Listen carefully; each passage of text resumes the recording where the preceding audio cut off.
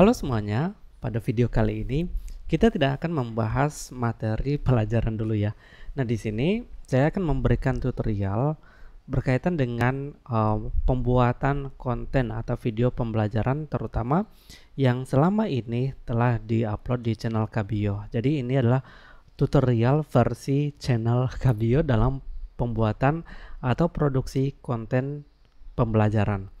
Nah, di sini saya membagi untuk tahap pembuatan video pembelajaran ini menjadi 3 tahapan ya. Ini secara garis besar aja. Yang pertama itu adalah tahap pre-production, kemudian production, sama yang ketiga post-production. Nah, di pre-production ini atau praproduksi ini yang biasa sering saya lakukan, yang pertama itu menentukan ide. Nah, ide konten yang akan dibuat. Ide ini kemudian selanjutnya akan dikemas dalam judul video atau judul konten yang akan dibuat. Oke, idenya misalnya untuk proses atau materi pelajaran ya. Sebenarnya ide dalam penyusunan konten pembelajaran atau video pembelajaran yang itu berdasarkan mapel, nah atau mata pelajaran itu sangat mudah. Ya udah, kita ambil dari topik ataupun subtopik dari video yang akan kita buat. Topik sama subtopik ini kemudian akan menjadi judul dari video yang akan kita buat. Ataupun ide lain misalnya, nah kalau kalian perhatikan di channel Kabio itu ada shorts ya. Nah, video-video di bawah 1 menit.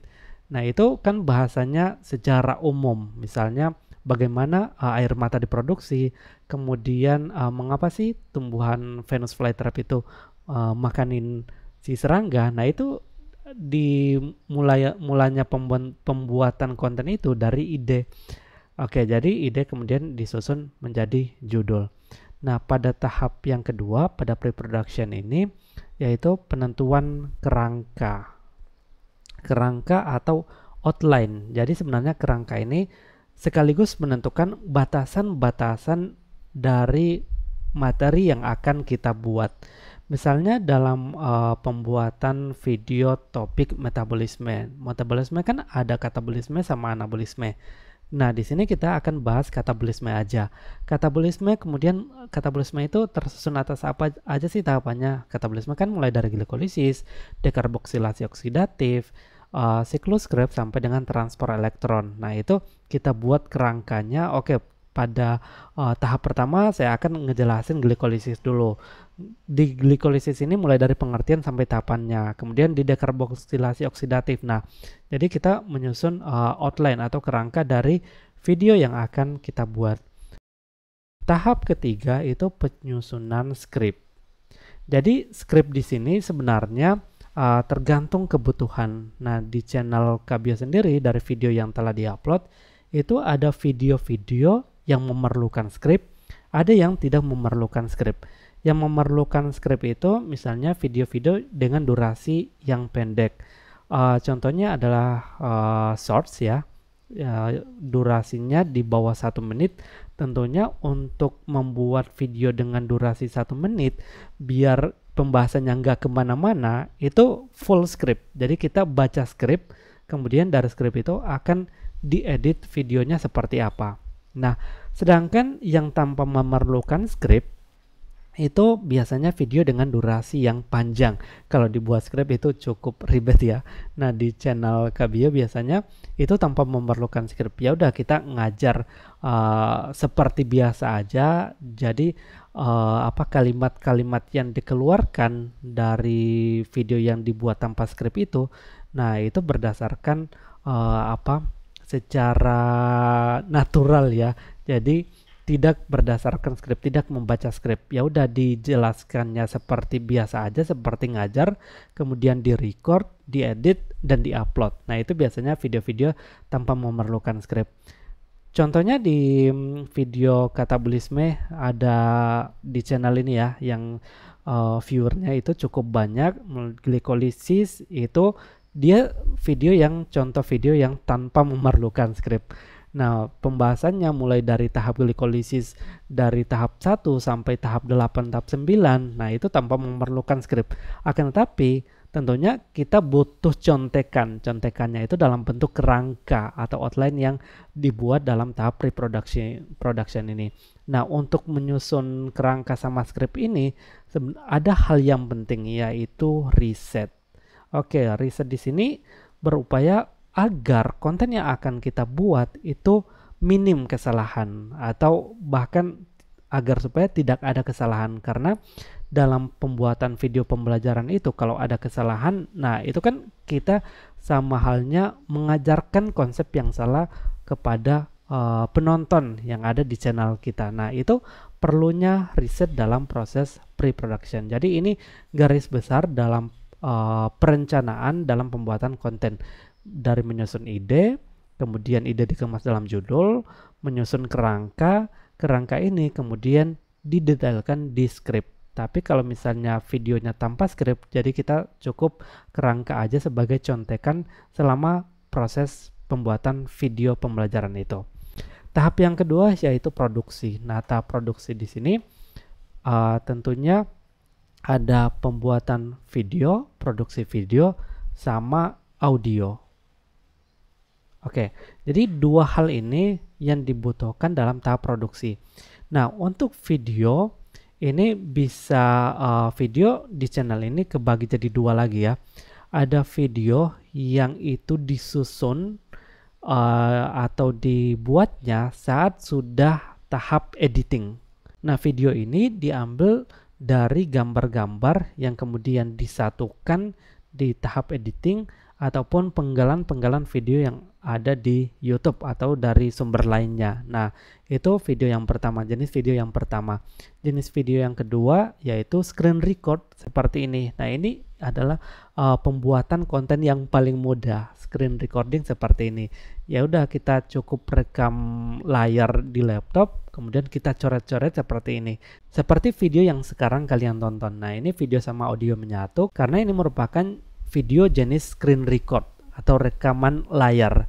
Sedangkan kalau video dan audio yang terpisah, nah biasanya audio itu kita akan VO terlebih dahulu, voice over. Voice over ini dari mana? Yaitu dengan membaca skrip. Kita rekam audio secara terpisah, kemudian audio ini kita masukkan ke aplikasi editing video.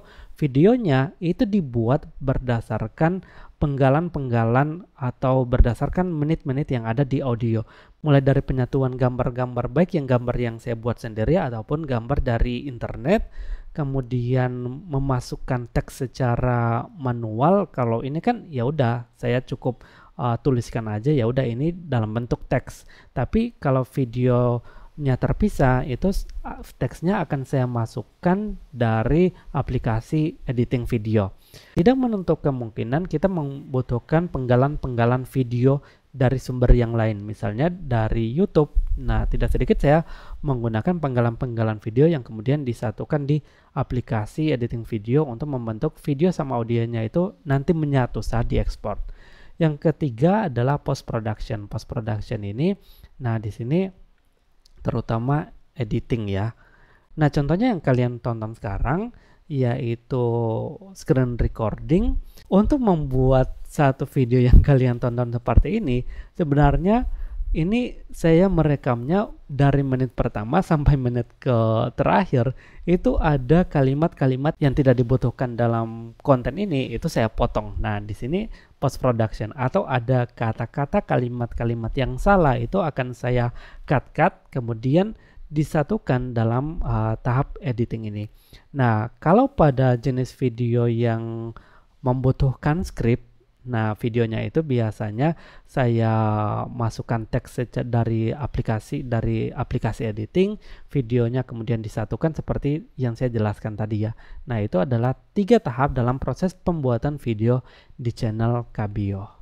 Oke, jadi tadi adalah gambaran umum dari tahap produksi atau pembuatan konten pembelajaran di channel ini yang terbagi ke 3 tahap tadi. Nah, di sini saya akan memberikan sedikit contoh berkaitan dengan tahap produksi, khususnya jenis video yang screen record ya, atau video berdasarkan rekaman layar. Nah, jadi apa aja sih yang kita butuhkan? Yang pertama dari hardware-nya, tentunya ada laptop yang kita butuhkan di sini. dan ada pen tab. Nah, pen tab ini gunanya untuk apa? Untuk coret-coret ya. Ini seperti layaknya papan tulis ya, tapi papan tulis virtual. Nah, di sini kebetulan saya punya XP Pen itu Star G640. Ini tidak disponsori ya. Nah, ada juga jenis tab pen yang lain, misalnya Wacom. Nah, kebetulan juga saya di sini punya iPad sama pensil. Jadi sebenarnya nggak perlu iPad sama pensil untuk membuat video pembelajaran seperti ini, karena saya menggunakan ini untuk keperluan yang lain juga. Nah, teman-teman, untuk membuat video pembelajaran sebenarnya cukup dengan pen tab sama laptop. Itu dari segi hardware. Nah, untuk software gimana? Jadi sebenarnya untuk software banyak ya yang bisa kita gunakan, mulai dari Microsoft Note, kemudian PowerPoint sebenarnya itu bisa digunakan juga. Kalau di sini saya menggunakan GoodNotes. Nah, GoodNotes ini dia tersedianya di di Mac OS ataupun di iPad. Nah, kalau menggunakan PowerPoint sebenarnya ya udah kita buat slide-nya seperti ini. Saat menjelaskan itu kita bisa menggunakan tools yang sudah disediakan di PowerPoint, yaitu bisa coret-coret di sini ya. Nah, misalnya di sini saya udah slideshow, kemudian pilih pen, kemudian pilih warna. Nah, kemudian saya tinggal coret-coret di sini. Oke, misalnya ini gambar otak, kemudian ada kelenjar pituitari, kemudian ada ginjal. Nah, ini kemudian kita screen record, hasilnya satu video yang di dalamnya ada teks yang sudah kita rekam, kemudian ada audio yang sekaligus itu terekam saat kita membuat video pembelajaran dengan screen record seperti ini. Jadi itu untuk softwarenya bisa menggunakan PowerPoint dan bisa menggunakan aplikasi lainnya yang mendukung untuk kita bisa coret-coret seperti ini. Nah, itu untuk hardware sama software yang diperlukan. Yang selanjutnya membuat template. Nah, template di sini bisa dibuat di PPT ya. Jadi untuk rasio, nah saya sedikit nyinggung ya, untuk rasio itu sebaiknya rasio yang kita pilih 16:9, bukan 4:3 ya. Kalau 16:9, nah itu dia akan full screen kalau diupload di YouTube.